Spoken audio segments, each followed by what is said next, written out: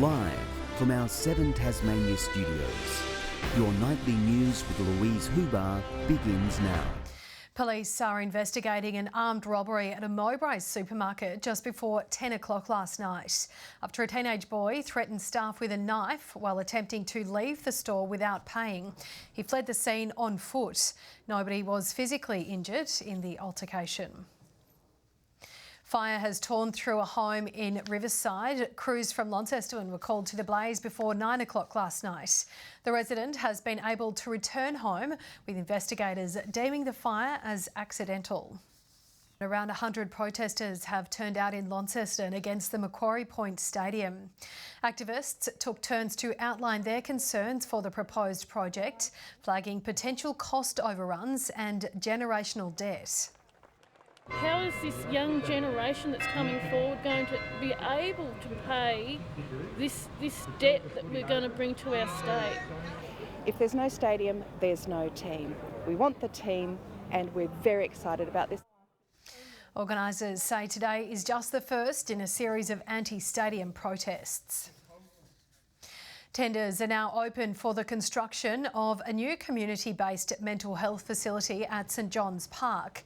It will be home to vital eating disorder and adolescent services, along with 15 new inpatient beds.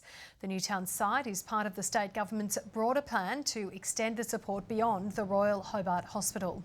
The Premier says the investment is about improving patient outcomes in southern Tasmania, with works set to begin on the building by the end of this year. Tasmanians are preparing to see Cracker Night out with a bang, with thousands set to enjoy fireworks festivities. The traditional event reigniting warnings for pet owners to keep their animals safe and secure. They're a sparkling spectacular designed to keep the eyes turned skyward. Cracker Night returning to Tasmania in fabulous firework fashion. I think it's the magic of fireworks. Oh, what will that do when I light the fuse? Around 700 permits have been issued for events across the state. From private parties to sizable soirees, it's expected to be a cracking night. There could be up to 100,000 people watching fireworks this Cracker Night. So it's really exciting. It's so embraced by the community. But the bright lights and big booms won't be enjoyed by all. The festivities were blamed for a spate of dog deaths during last year's event. To native animals, livestock and companion animals, they can all be adversely affected by the sound of loud explosions.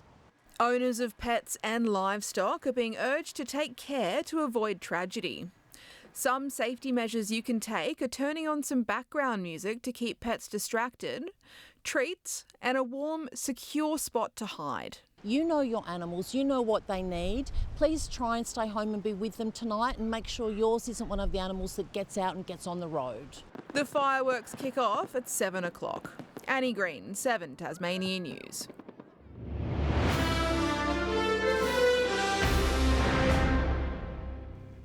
Just days after his exit from Tasmania's top tourism job, Luke Martin is set to take on a new role as the Chief of Salmon Tasmania. He will begin the position from early July and is looking forward to the opportunity to look at the industry with fresh eyes. Mr Martin replaces outgoing CEO Sue Grau, who has been in the job for less than 18 months. Tasmania's top entrepreneurs are helping pass on their words of wisdom to budding business owners across key industries. 4 applicants have received state government funding to deliver the incubator and accelerator programs, where they'll share their expertise with new and emerging operators. Seedlab Tasmania was among the successful recipients from round 1 of the initiative and says it boasts big benefits.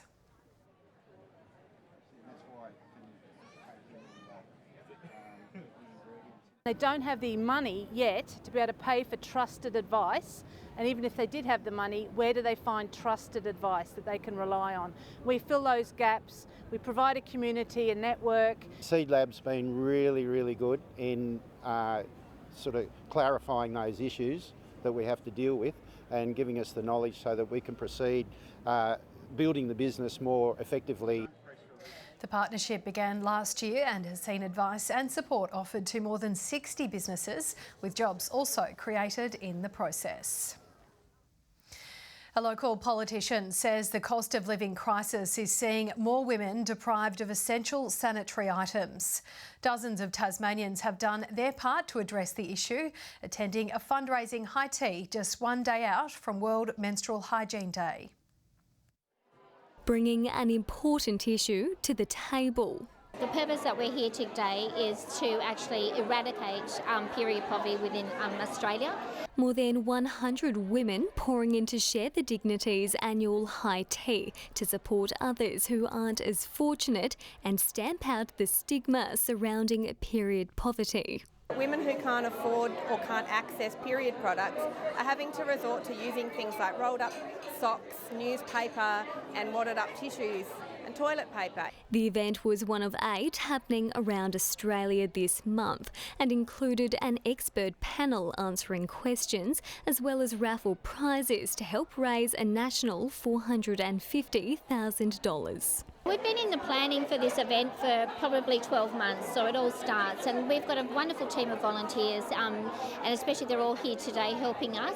And while there were no men in sight, organisers say it's important they're included in the conversation and educated about the struggles women face, especially during a cost of living crisis. If there's a choice between being able to buy the medicines that your family needs that month, or pay the rent, or be able to put food on the table, it's actually very common that pads and tampons will be the first thing that women will skip over. The funds will go towards free sanitary products to give Tasmanian and Australian women the dignity they deserve. Brianna Boylan, 7 Tasmania News. A Tasmanian personal trainer has shown the public the gym is a safe and welcoming space for everyone. Michael Barakis from Duday hosted free strengthening classes at the GTT Performance Centre after AusActive revealed a 25% drop in Australia's physical activity levels post-COVID. It's a broad range of benefits when it comes to training beyond the physical. So lots of people come here because they think they want to change their body composition, but a lot of people stay because of how it makes them feel. They feel better with their mental health afterwards. Lululemon also jumped on board the initiative, providing a range of prizes for participants. A celebration of Aboriginal culture was on full display at Hobart's Salamanca Market, with community members turning out to embrace Reconciliation Week. Dancing and traditional weaving activities were open to all as they acknowledged the importance of coming together and sharing. Going to school, we were taught that there was no Tasmanian Aboriginal people and that we didn't exist. And within a generation, we're here celebrating, not just sharing, but celebrating culture, which is, it's amazing. The City's Council were behind the event, with Lord Mayor Anna Reynolds saying now is the time to have important conversations.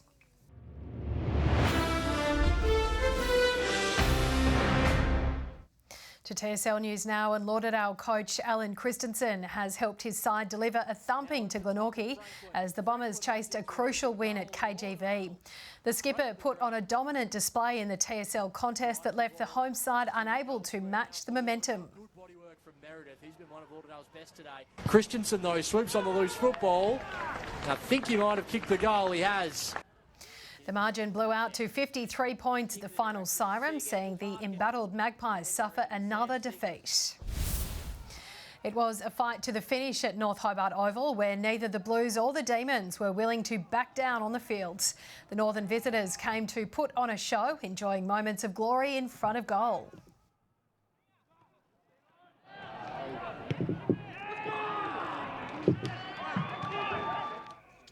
But a late surge from the home side was all they needed to keep the margin 1 point in front of Launceston and deliver a major upset. And North Launceston has withstood a late charge from the ladder-leading Tigers to hand them their first loss of the season. The home team putting the pedal down after a close first quarter. Brad Cox-Goodyear kicking 5 goals in the affair.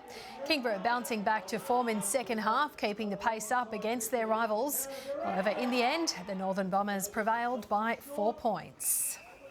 Good evening. Hobart 16, Launceston and Burnie both 15 today, and Devonport 14. Bushy Park reached the state's top today of 17. The island's friendly beaches reaching 16. Lowhead, Wynyard, St Helens and Grove all 15. Swansea made it to a top of 13 and a very chilly 6 degrees in Lyweenie. West to northwesterly winds pushing cloud across the state, with the heaviest of conditions in the west. Further afield, cloud covering much of southeastern Australia, with high-level cloud over central WA. Now, we are expecting some fresh and gusty winds to northwesterly winds. Swells in the west and south between 6 and 7 metres, 1.5 to 2.5 in the north, 1 to 2 metres in the east. A gale warning is in place for southwest coast and a strong wind warning for other coastal areas. Tomorrow, 14 in Hobart with a morning shower or 2. Similar conditions in Richmond and a top of 16. Ooze showers and 14. To the north, Launceston, possible early showers and 16. 15 for Devonport and 14 for Deloraine. Showers easing for Burnie, 13's the top there. Also for Strawn, Curry, windy 15. To the east, partly cloudy in St Helens, 16 for Swansea, showers and windy for Whitemark. Monday, more showers about the western, southern and central areas and the islands. Similar conditions for Tuesday with some isolated showers elsewhere. And on Wednesday, we can expect to see continued showers, particularly in the north and the west. Perth, sunny and 19 tomorrow. Showers for Adelaide, a few showers for Melbourne, sunny in Brisbane and a very glorious 30 degrees for Darwin. And it's currently mostly cloudy in Hobart, 12 degrees, also 12 in Launceston and in Devonport. Now, there's plenty happening across the state this weekend, and a big shout out for those braving the cold in Launceston tomorrow for the MS Walk, Run and Roll. And that's back to you, Louise. Wonderful. Thank you for that, Kaya, and lovely to have you on board. That's all your news for this Saturday evening. Thank you so much for joining us. We'll see you again tomorrow. Have a lovely evening. Good night.